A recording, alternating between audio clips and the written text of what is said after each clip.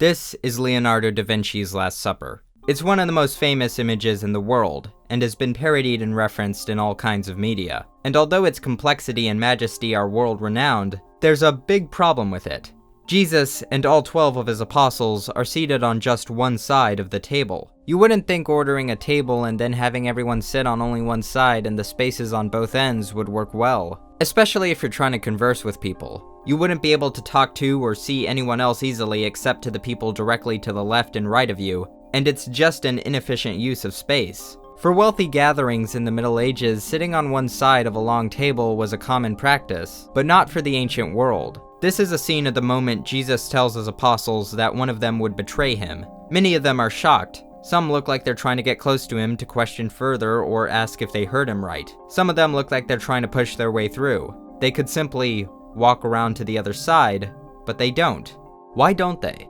Well, because it would kind of ruin the painting. Da Vinci chose to paint it this way for compositional and staging purposes. If there were apostles on the other side of the table as well, we wouldn't be able to clearly see their faces, their feet, or most of the bread and wine. If you really wanted to be a stickler about accuracy, Jesus and his apostles wouldn't even be sitting at a traditional table. Jews and Romans in the ancient world would usually recline on couches and cushions around a low U-shaped table for formal meals. And if you really wanted to be a stickler about accuracy, there are many more additional inaccuracies one could point out. However, when Da Vinci painted this, he was influenced by the conventions of the time. It's not accurate because it's not meant to be. It is an artistic rendering with more symbolic meaning.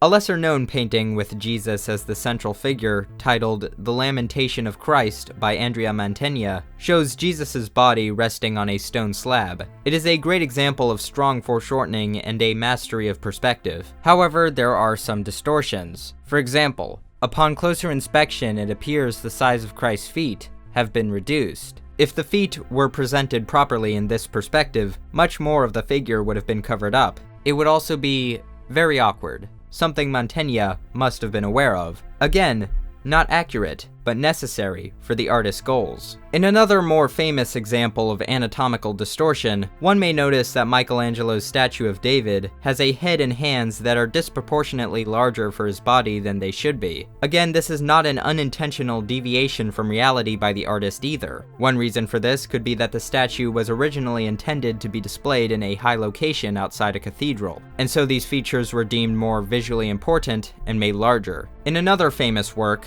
William Turner's painting, The Fighting Temeraire, depicts the HMS Temeraire being towed up the Thames River by a steam tug to be broken up for scrap. And while the warship and event certainly existed, this painting is not exactly an accurate depiction. In reality, when this event took place, the cannons, anchors, rigging, and masts were removed before the journey to the breaker's yard. She was pulled by 2 tugboats, not one, and was towed in the other direction in relation to the setting sun. However, if all this was corrected, the image of the events unfolding would not look nearly as dramatic or majestic. But these inaccuracies don't matter, because these are statues and paintings, not photographs. These are all conscious, well-thought-out decisions to deviate from reality by the artist. But photographs are not free from this kind of distortion and idealism either.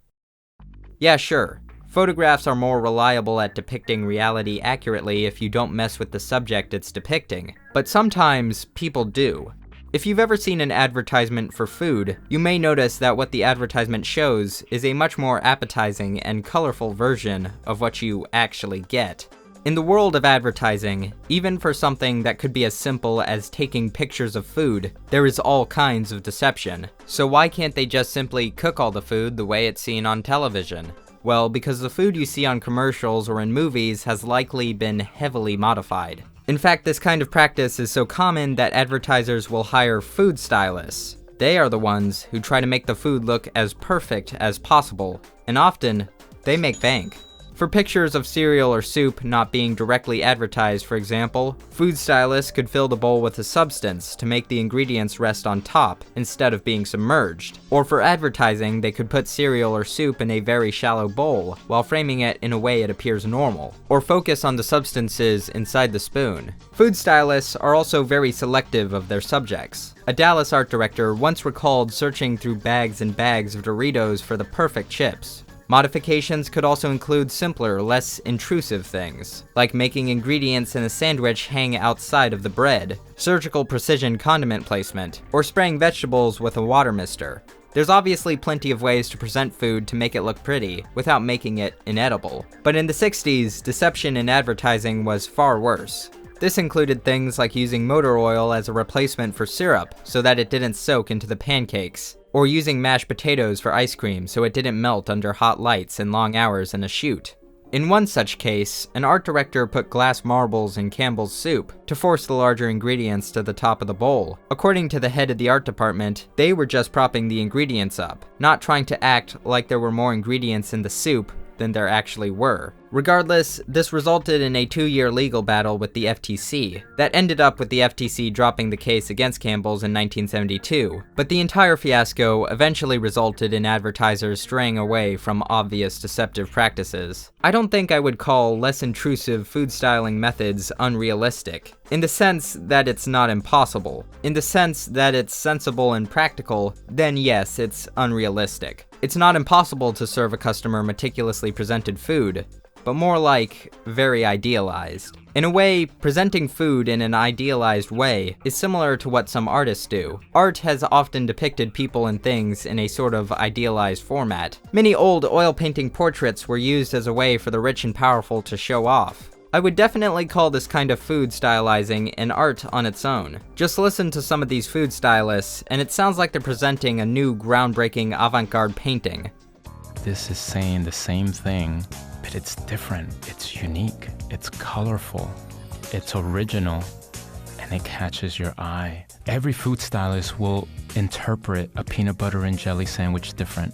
And the next time you're looking at a cookbook, find the story. There's always the unique perspective that every food stylist brings to the table. When a traditional or digital artist deviates from reality, there's a spectrum of what they can do. You can choose to depict reality as close as possible, you can idealize it, you can simplify it, or you can exaggerate and distort it. Let's talk about that first thing, what most people think of as realism.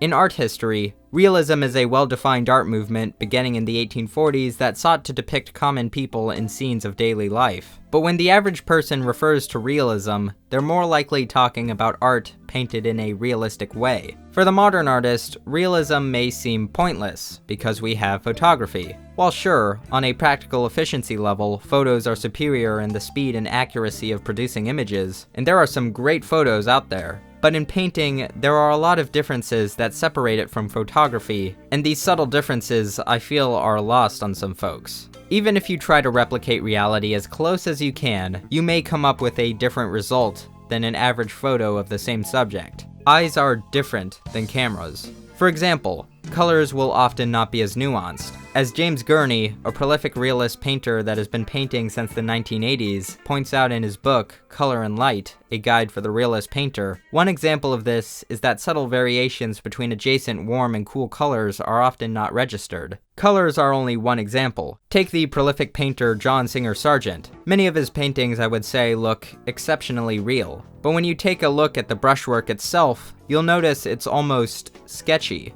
One major way John Singer Sargent achieves this effect of realness is by his acute attention to value. The clear distinction between light and shadow is key to producing a convincing image. He worked with a loaded brush and confident strokes. The details were not overworked, not meticulously rendered, and yet the effect of depth and light is still immensely powerful. This probably allowed him to produce paintings more efficiently. For the modern artist, or any artist really, painting in every leaf or every bit of hair is woefully inefficient. John Sargent and other artists can and have gotten around this by employing this illusion of detail. This technique can be demonstrated even more clearly by a fairly well-known artist by the username, I guess I'm just going to say Wallop. If you get mad at me, please put your pronunciation complaints in this box. Wallop is known for their dramatic scenes of young women and luxury. At first glance, their average painting appears extremely complex, detailed, and meticulously rendered. But upon closer inspection, you'll find that there's very little blending or precise rendering. In fact, 90% of it is just confidently placed blotches of tone. If you zoom in enough, some areas look downright unfinished. If this was done by a lesser artist, it would look horrible, but because of their careful control of color and value, they succeed in producing a stunning image. However, this same technique is applied less to the body and face of central characters. Wallop is also employing a hierarchy of detail. When there is an environment with multiple elements, an artist can use a focal point and render details more carefully in that area. If the focal point is of a character, the body will usually be rendered more carefully. The focal point of the body is usually the head, and the focal point of the head is usually the face, and the focal point of the face is usually the eyes. Sargent did the same thing. There are many examples of using the illusion of detail throughout art history, and for the modern artist, efficiency is key to success. One way modern artists have a leg up over those of the past is the use of photography. Photography and using photos as reference can help in producing an even more vivid, emotionally resonant, and yes, realistic image, but photography should be used as a tool for the artist, not a replacement. In imaginative realism, an artist uses all the natural lighting, shadows, and effects that make something look real, but applied to a subject matter that doesn't exist. This highlights how paying attention to the natural world can be a good foundation for later fictional ideas. Artists in the past who tried to paint scenes of history before their time realistically sometimes had little reference, so they also had to employ a sort of imaginative realism. That's not to say all realism is great. Far from it. A main criticism I have of modern CGI is that people are still trying to make things as realistic as possible when it's often unnecessary, and the technology is clearly not advanced enough to keep itself out of the uncanny valley. In Love, Death, and Robots, there are several animated shorts that attempt this. Some try and take the subtly stylized route, but many others either have far less stylization or none at all. The first time I saw an episode with realistic rendering, I was like, wow, that looks almost convincing. The second time I was still mildly impressed, I guess, but by the third time, I was just annoyed. You have something like 18 episodes with all these fantastical plots, and in almost half of them, instead of using animation to exaggerate or give character or give a boost of energy to these plots, it's basically just live action, but animated actually. Wow. There didn't seem to be much of an artistic vision besides, let's see how close we can get to reality. One of the most recent egregious examples of this is in Cats. Another example of Hollywood's fundamental misunderstanding of when and when not to implement realism. Cats itself already has a fantastical premise, so that alone should have been a signifier to move in the direction of a more stylized artistic vision. In the musical, it was done with simple makeup and costumes. This is simply a limitation of the medium, but if one had to make a movie of it, this should have pointed them in a specific direction already. The final product, I believe, would have been vastly improved with more stylized practical effects and maybe very limited CGI touch-ups. They should have upgraded the stylized makeup and costumes instead of pursuing a weird biological horror of cat and human. Yeah, the costumes wouldn't look real, sure, but it doesn't need to be. More real doesn't mean better. And I get it, 3D animation is hard. It takes so much skill and effort and passion, but the people in charge of these projects consistently make poor decisions, which result in people fostering an undeserved hatred of the medium. And in 10 years, this stuff will age. Really badly. And for what? If you look back at Toy Story and The Incredibles and you compare them to their modern sequels, obviously the early films look dated, but I often see a sort of charm in them to this day, no matter how primitive they seem. I see films made by people who had a clear artistic vision, and despite the many limitations of the medium, found clever ways to work around them and create something that can still be appreciated. I think eventually we'll view them the same way we view old cartoons, with all their roughness and experimentation. It's quite clear one of the reasons Spider-Verse is so beloved is that the artists behind it pushed 3D animation into a completely new dynamic direction that isn't, let's use 3D animation almost exclusively for misplaced realism. There have been many claims that common people think realism is somehow objectively better than any kind of stylized art. Through my research, I haven't been able to find any concrete evidence behind this. Although the fact that there are now so many realistic CGI remakes, or live-action remakes with CGI elements, of originally 2D films, and that these films still make enormous amounts of money, in some cases more than the original, and are still received pretty well by general audiences, gives some credence to these claims. I think it's inevitable that there are some people who view realism as some sort of upgrade, even if it's horribly misused. Accuracy to the natural world when it's appropriate can and should be appreciated, but an artist's conscious choice to deviate from reality in a way that adds to the splendor can be just as, or more interesting, and it's simplistic and moronic to view one as inherently better than the other. Photorealism and hyperrealism are on the far end of the realism spectrum, so to speak. They are more contentious topics, and there are many arguments for and against them. Much like modern art, the whole subject is kind of frustrating, so I don't want to dive too deep into it, maybe in another video, but my main criticism of art that tries to look as real as possible, with no other purpose than to look as real as possible, is that since there's not much remixing or changing of the subject matter, I think it's best to choose more unique subjects. We've seen the hyper-realistic singular eye or random woman's face done many times over already. So when you choose something more obscure or unique, not only does the realization that it's not a photo become more unexpected, the art is focusing your attention on something people don't typically think about, which could be a kind of artistic statement. Most people think of realism as being accurate to reality, but it's foolish to think all realism is a pointless mechanical copy of reality.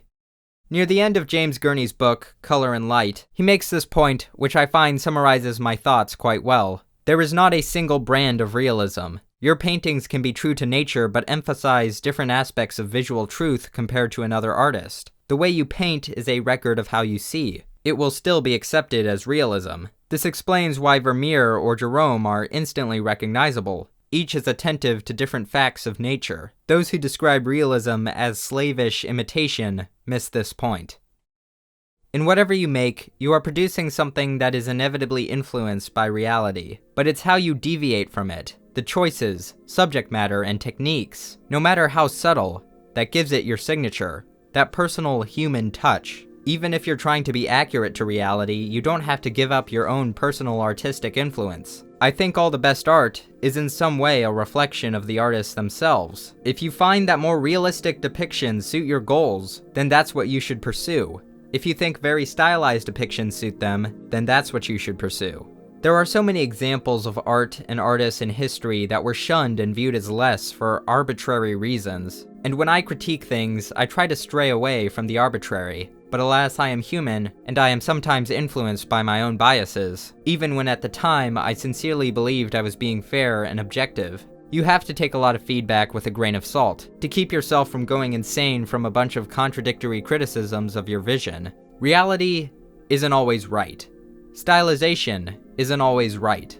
The trends of yesterday or today are certainly not always right. People can guide you or misguide you, but ultimately, you decide what is right.